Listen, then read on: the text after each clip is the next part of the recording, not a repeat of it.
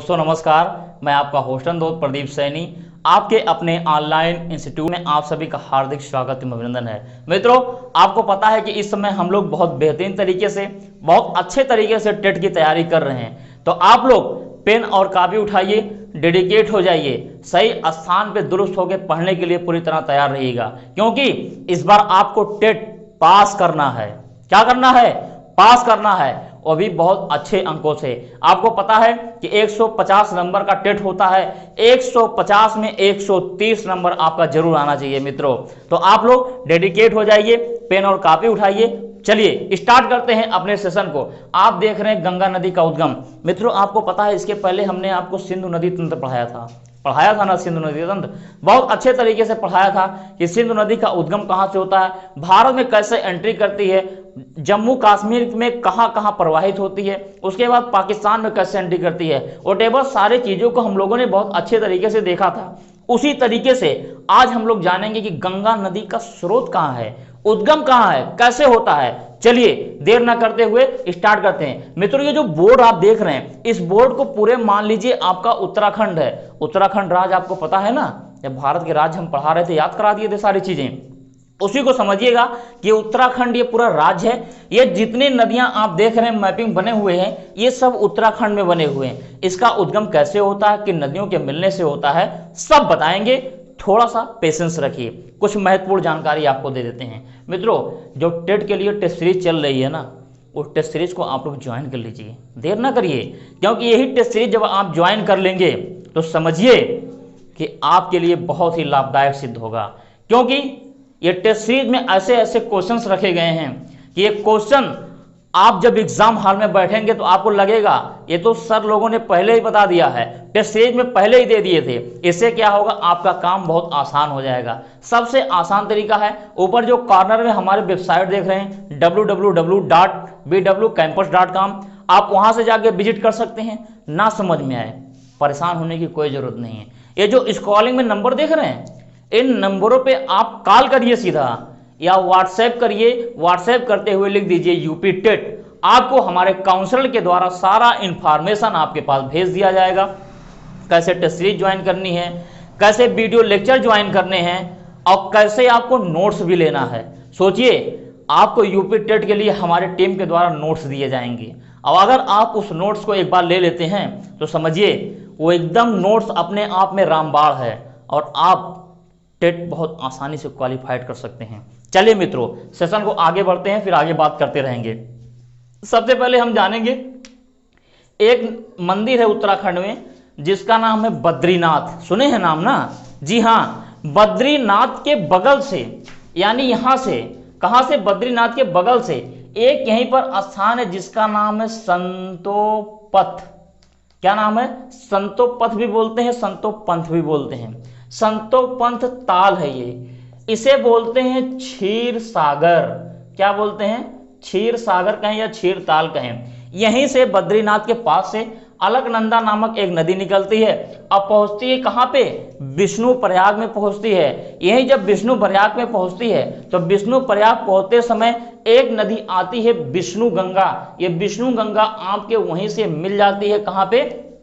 अलकनंदा में। और इसी के ऊपर एक नदी आती है जिसका नाम है धौली गंगा। ये धौली गंगा भी आती है विष्णु प्रयाग में मिल जाती है। तत्पश्चात ये अलकनंदा के नाम से आगे प्रवाहित होते हुए पहुंचती है कहां? कर्ण-प्रयाग। और जब कर्ण-प्रयाग पहुंचती है तो यहीं पर एक नदी आती है पिंडर। बहुत ध्यान से देखिएगा, ये बाएं तरफ से आती है, ये भी आपकी बाएं तरफ से आती है। ये पिंडर नदी आती है कर्ण-प्रयाग में, मिलती है अलकनंदा से। और इसी पिंडर नदी पर एक परियोजना का निर्माण किया गया है।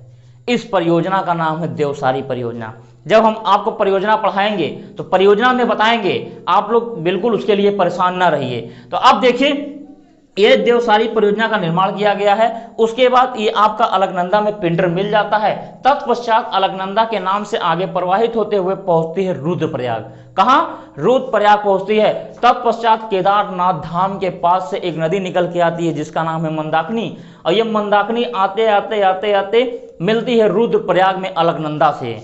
अब सोचिए, आसान हुआ कि नहीं? ये मैपिंग है मित्रों। हम आपको पूरा जितनी चीजें पढ़ाएंगे, जहाँ ज्योग्राफिकल पॉइंट हो, इन्वायरमेंटल पॉइंट हो, सारे मैप के जरिए पढ़ाएंगे। मैप के जरिए पढ़ाने से क्या होता है, सारी चीज़ें आसान हो जाती हैं मित्रों। तो आप लोग एकदम आसानी से डेडिकेट होकर पढ़िए, इस बार आपको टेट जरूर पास कर लेना है मित्रों। अब ये जो रुद्रप्रयाग में मिलती है मंदाकिनी, उसके बाद फिर अलकनंदा के नाम से आगे बढ़ती है, फिर पहुंचती है देवप्रयाग, और देवप्रयाग में पहुंचने के पश्चात एक नदी आके मिलती है जिसका नाम है भागीरथी, और इसका भाग्य बदल देती है। अब देखिए, ये आपका गंगोत्री नामक एक झील है उत्तराखंड में, जो गोमुख नामक स्थान पे है। यहीं से एक नदी निकलती है जिसका नाम है भागीरथी, और भागीरथी नदी निकलती है उत्तराखंड के एक स्थान जिसका नाम है टिहरी। टिहरी में पहुंचती है, और टिहरी पहुंचती है तो टिहरी के पास एक नदी आती है भीलगंगा। ये भीलगंगा नदी आके मिलती है भागीरथी से, और यहीं भागीरथी से जहां मिलती है टिहरी नामक स्थान पर, यहीं पर एक परियोजना का निर्माण किया गया है जिसे कहते हैं टिहरी परियोजना, यानी टिहरी बांध का निर्माण किया गया है मित्रों। ये सब याद कर लीजिएगा, जहां देवसारी परियोजना हो और जहां टिहरी परियोजना हो। अब भारत के जो और परियोजना पढ़ाएंगे, क्योंकि आपका चाहे टेट हो जाए सुपर टेट हो, अगर क्वेश्चन पूछे तो पछताना ना पड़े भाई, आप जरूर करके आइएगा। मैं दावे के साथ कहता हूं कि इस बार आपका टेट जरूर पास हो जाएगा, और बहुत अच्छे नंबर से पास हो जाएगा। जब आप टेट बहुत अच्छे नंबर से पास करेंगे तो हम आपको स्टूडियो में बुलाएंगे और यहां से लाइव प्रसारण करेंगे, जिससे सारे बच्चे आपको देख सकेंगे और समझेंगे कि हाँ, ये इंस्टीट्यूट का बच्चा जो है सेलेक्ट हो गया है। बात करते हैं आगे मित्रों। फिर देखिए, टिहरी में जब मिलती है, टिहरी से पुनः भागीरथी के नाम से आगे प्रवाहित होते हुए पहुंचती है देवप्रयाग।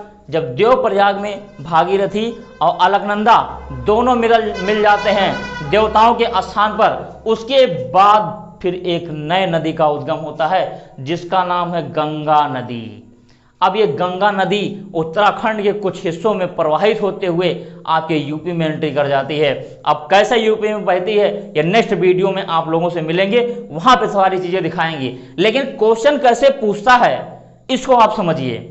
क्या करना है समझने के लिए, टेस्ट सीरीज को ज्वाइन करना है, और जब टेस्ट सीरीज को ज्वाइन करेंगे, क्वेश्चन कैसे आते हैं, कहां से आते हैं, सारी चीजें आप बहुत अच्छे से आसानी से समझ सकेंगे मित्रों। और आप लोगों इसका नोट्स लेना चाहते हैं, जैसे बना हुआ है सारी चीजें नोट्स लेना चाहते हैं, बहुत डिटेल में वहां पे सारी चीजें समझाई गई हैं, तो आप लोग बिल्कुल परेशान न रहें। ये जो स्कॉलिंग में नंबर देख रहे हैं चल रहे हैं, इन नंबरों पे आप कॉल करिए। कॉल करने का कोई पैसा नहीं लगता मित्र, और नोट्स आप ले सकते हैं। आप चाहे हार्ड कॉपी ले सकते हैं, आपको कोरियर के माध्यम से दिया जाएगा। अगर पीडीएफ नोट्स चाहते हैं तो पीडीएफ नोट्स भी आप लोगों को आसानी से अवेलेबल करवा दिया जाएगा। तो मित्रों चलिए आगे बढ़ते हैं। क्वेश्चन कैसे पूछता है, क्वेश्चन पूछता है, पूछेगा अलकनंदा से विष्णु गंगा। क्या पूछेगा, अलकनंदा से विष्णु गंगा, विष्णु गंगा कहाँ मिलती है, तो आप सीधा बता देंगे विष्णुप्रयाग में मिलती है, ये बताएंगे ना भाई। अगर पूछता है अलकनंदा से पिंडर नदी कहाँ मिलती है, अलकनंदा प्लस पिंडर, तो आप क्या बताएंगे, कर्णप्रयाग में मिलती है। उसी तरीके से पूछेगा अलकनंदा से मंदाकिनी कहाँ मिलती है, तो अलकनंदा प्लस मंदाकिनी कहाँ मिलती है, रुद्रप्रयाग में मिलती है।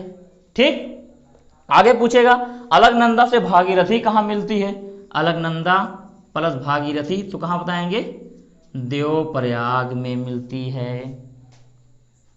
ठीक, समझ में आ गया।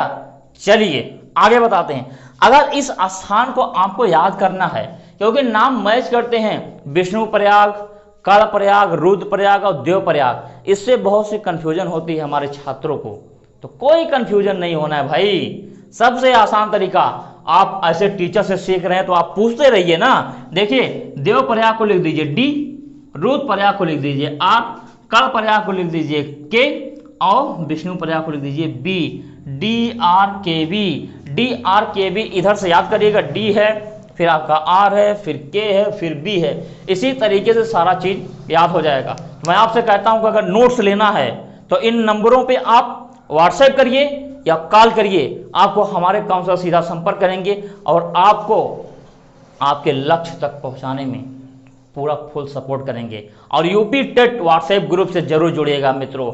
हम बार बार कहते हैं कि जब तक तोड़ेंगे नहीं तब तक छोड़ेंगे नहीं, इसलिए पूरी तरह आपको टेट पास कराएंगे, उसके बाद सुपर टेट का बैच लाएंगे, और वहां के लाने के बाद सुपर टेट की जब बेहतरीन तैयारी करवाएंगे, उसके बाद आपको शिक्षक भी बना के छोड़ेंगे मित्रों। तो आप लोग ईमानदारी पूर्वक धैर्यपूर्वक अपनी तैयारी करते रहें। इसका स्क्रीनशॉट लीजिए, आगे बात कर लेते हैं फिर। चलिए मित्रों, मैं उम्मीद करता हूँ सेशन बहुत अच्छा लगा होगा। कहते हैं न संघर्ष न तकलीफ तो क्या मजा है जीने में, बड़े बड़े तूफान थम जाते हैं जब आग लगी हो सीने में। जब मित्रों सीनों में आग लग जाती है, जब कुछ पाने की ललक होती है, तो हम बहुत कुछ पा सकते हैं मित्रों। तो चलिए ज़्यादा समय विलम्ब न करते हुए आपका, क्योंकि समय बहुत कम है, एग्जाम आपके सामने लगे हुए हैं, इसी के साथ अपनी बारी को यहीं पर हम विराम देते हैं। बहुत बहुत धन्यवाद।